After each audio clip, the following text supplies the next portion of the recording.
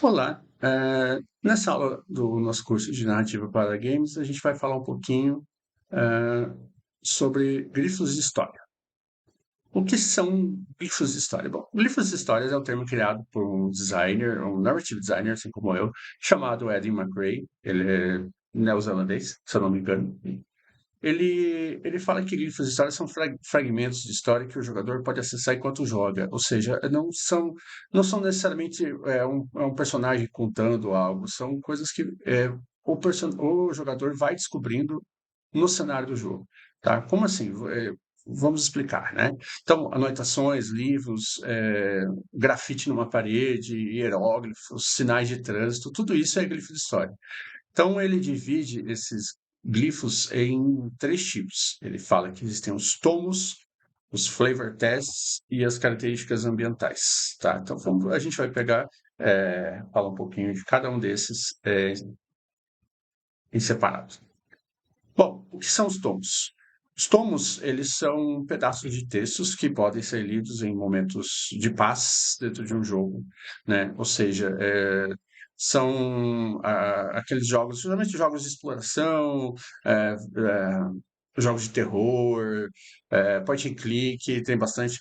São aqueles, por exemplo, uns jornais que o personagem encontra. Então tem o jogo do Vampire Bloodlines, por exemplo, ele tem uma fase que é uma mansão assombrada. E você vai para essa mansão, só que você não sabe nada sobre ela. No entanto, você vai, no decorrer do jogo, você vai encontrando recortes de jornais e revistas que revelam que lá aconteceu um crime bárbaro dentro dessa mansão. E você vai conhecendo essa história desse crime, e enquanto você está dentro da mansão, através desses recortes. Então, essa é uma forma legítima de você contar uma história sem necessariamente você botar lá um personagem parado, falando, falando, falando, falando. Por isso que é interessante. Os flavor tests é uma outra forma também de você contar elementos de história, só que aqui até fiz uma brincadeira, né? Ele fala, os flavor tests adicionam um tempero. Mas é essa a ideia mesmo, não é você contar uma história principal, você é, mostrar tudo do mundo. É só você trazer alguma coisinha à tona. Então, eu trouxe um exemplo aqui que eu gosto muito, que é uma carta de Magic chamada Bloodburn. É uma carta que eu gosto bastante. É, essa carta é uma carta de vampiro, né? Então ela tem ali o efeito da carta, sacrifica uma criatura. Lá, lá, lá. Só que embaixo vocês percebem ali que tem um textinho, né? Que fala que os viajantes são avisados, né? Para tomar cuidado com as crianças na estrada. Ok, legal. Aí você olha para a carta e você percebe que é uma criança vampira. Então, é meio que a graça dessa carta tá nisso, nesse flavor test, né? É, e isso é muito comum também em outros jogos, jogos de RPG. Então, é, você pega lá, o personagem conquista uma espada, aí quando você vai lá checar o item, você percebe que tem uma historinha, né? Que essa espada é uma espada que pertenceu a um rei antigo, que ela foi, sei lá, ele foi usada numa guerra X.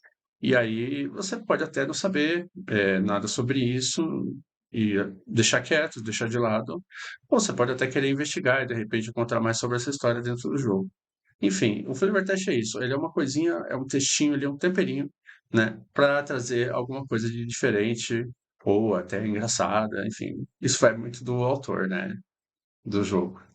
Ah, outro glifo que o Edwin McCree fala são as características ambientais. Então, características ambientais, por exemplo, aqui eu botei duas imagens, dois jogos diferentes, que vocês percebem o quê? O que vocês percebem olhando, né? Vamos pegar o primeiro jogo. Então, o primeiro jogo, você vê que tem folhas no chão, tem lixo, né? A imagem da esquerda. Tem uma personagem que tem um cartaz escrito desaparecida e tem um desenho de uma menina, e essa menina está na frente da personagem do jogo. O nome desse jogo ali é Miss Fortune, é um jogo que eu gosto muito. Então, tudo indica ali que o ambiente ali, o lugar está meio abandonado, as coisas estão meio paradas, e tem uma menina que está sendo procurada e que ela está andando de boa na rua. Então, isso não é muito comum. Então, né? A segunda imagem, se eu não me engano, é do Final Fight ou é de Streets of Rage, agora não tenho certeza. É, essa imagem mostra o quê? Uma, uma casa ali, um prédio com as janelas todas quebradas, você vê bastante coisa destruída, uma porta detonada, pichada, você vê que tem umas coisas lá no fundo também destruídas, tudo acabado. Significa que é um lugar que não é muito seguro, correto? Então, assim, você não precisa de alguém te falando isso. Você olha para o cenário, você olha para o ambiente e você entende isso. Então, uma das habilidades de um bom narrative designer é contar a história também dessas formas, né? Não só somente ali com um personagem falando e textos, e enfim, é isso.